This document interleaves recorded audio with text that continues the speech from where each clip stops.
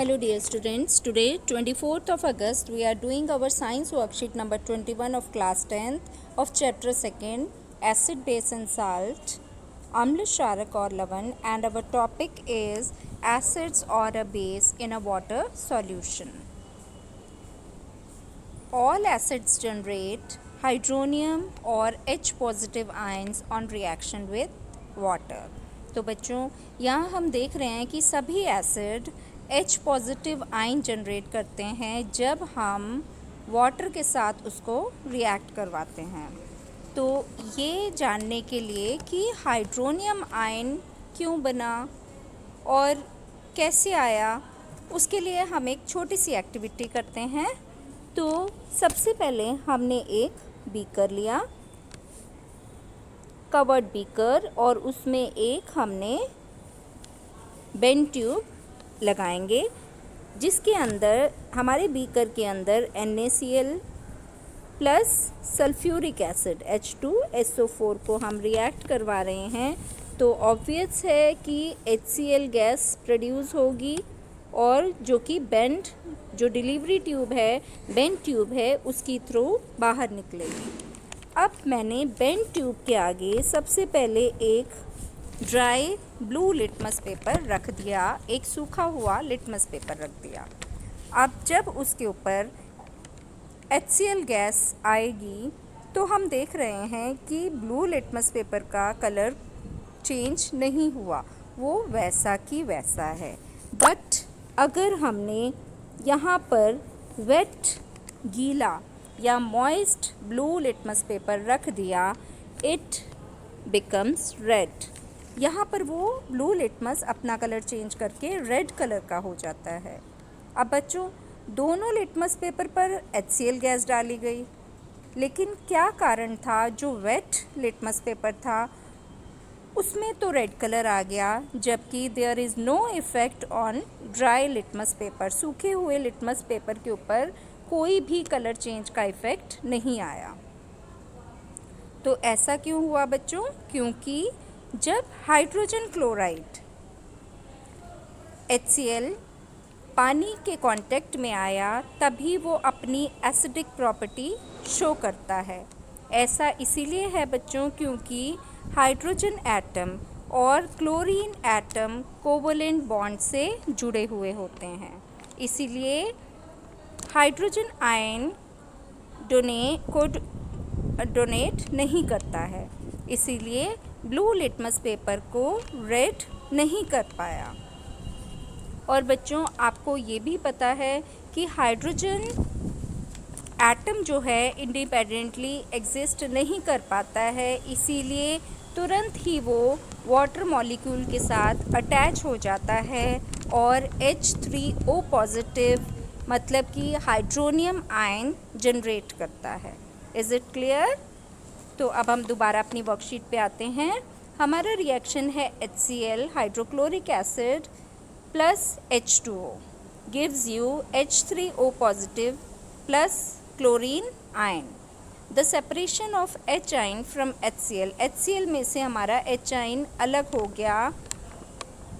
Molecule can not occur in the absence of water, और अगर water की absence है तो the separation of H ion from HCl molecule can not अकर।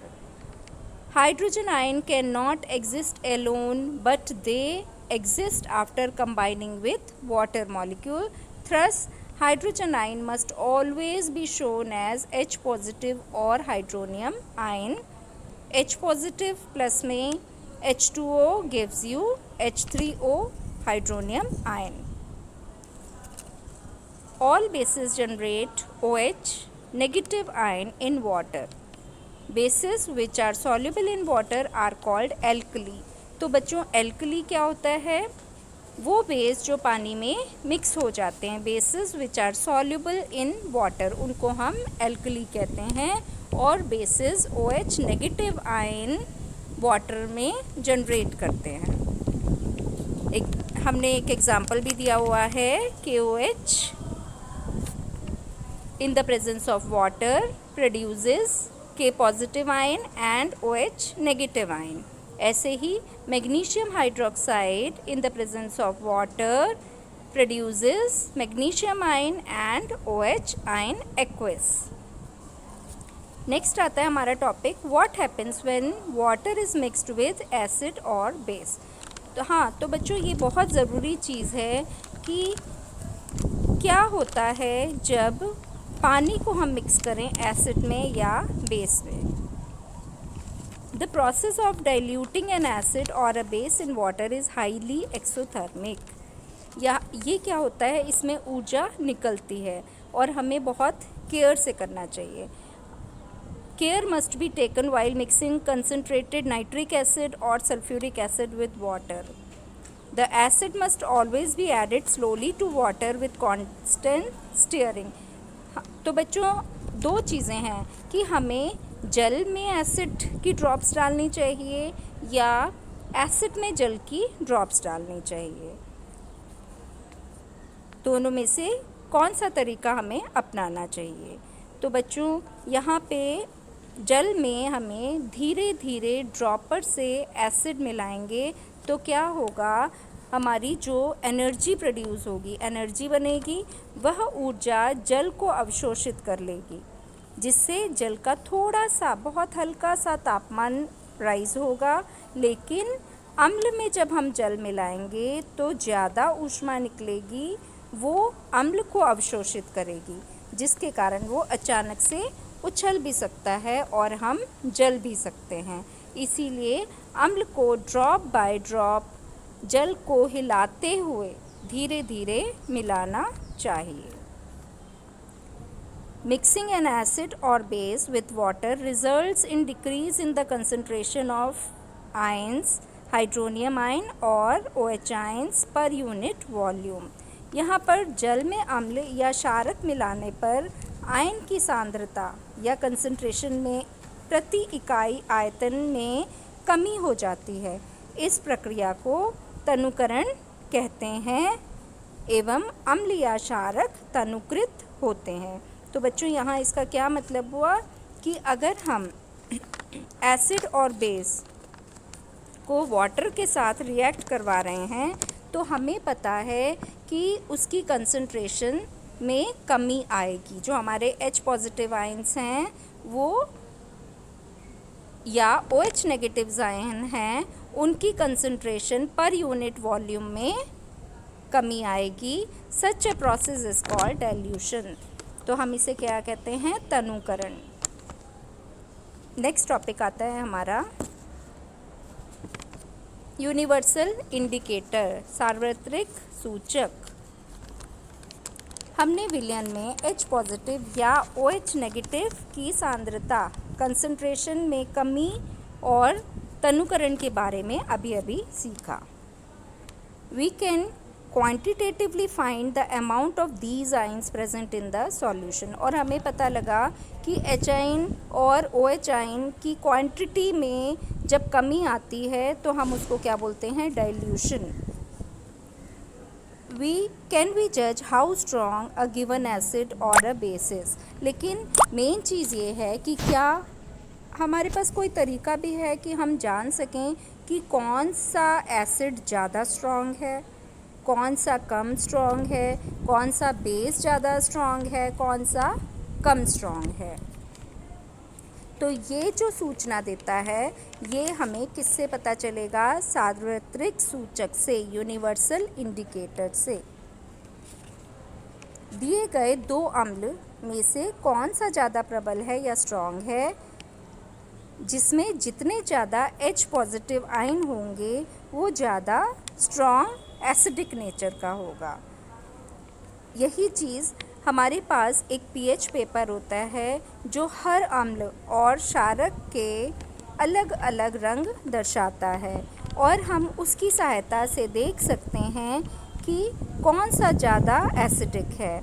अगर उसमें बहुत सारे रंग होते हैं, रंग की सहायता से हम पहचान सकते हैं कि किसमें ज़्यादा अम्लीयता है, किसमें कौन ज़्यादा क्षारकीय है। The universal indicator shows different colors at different concentration of hydrogen ions in the solution It helps us to know concentration of H positive और OH negative ion in solution. अब हम अपने क्वेश्चन आंसर्स पे आते हैं. Let's practice. What ion is generated when an acid react with water. तो बच्चों कौन सा आयन जो है जनरेट होगा जब हम एसिड को पानी के साथ रिएक्ट करवाते हैं. तो अभी अभी आपने पढ़ा कि all acids generate hydronium ion और H positive ion on reaction with water. Come to question number 2. What ion is generated when a base react with water? Base कौन सा ion generate करेगा? All bases generate OH negative ion in water. Question number 3. While diluting an acid, why it is recommended that the acid should be added to water and not water to acid? तो ये बात हमने अभी अभी बताई है कि हमें हमेशा वाटर में एसिड ऐड करनी चाहिए. एसिड में हमें कभी भी वाटर नहीं ऐड करना चाहिए. क्यों नहीं करना चाहिए? क्योंकि अम्ल में जल मिलाएंगे तो ज़्यादा ऊष्मा निकलेगी, वो अम्ल अवशोषित करेगा जिसके कारण वो अचानक उछल सकता है और हम जल भी सकते हैं. तो हमारा आंसर जो है वो यहाँ है. The acid must always be added slowly to water with constant stirring. If water is added to the concentrated acid, the heat generated may cause the mixture to splash out and cause burn. Now come to question number 4.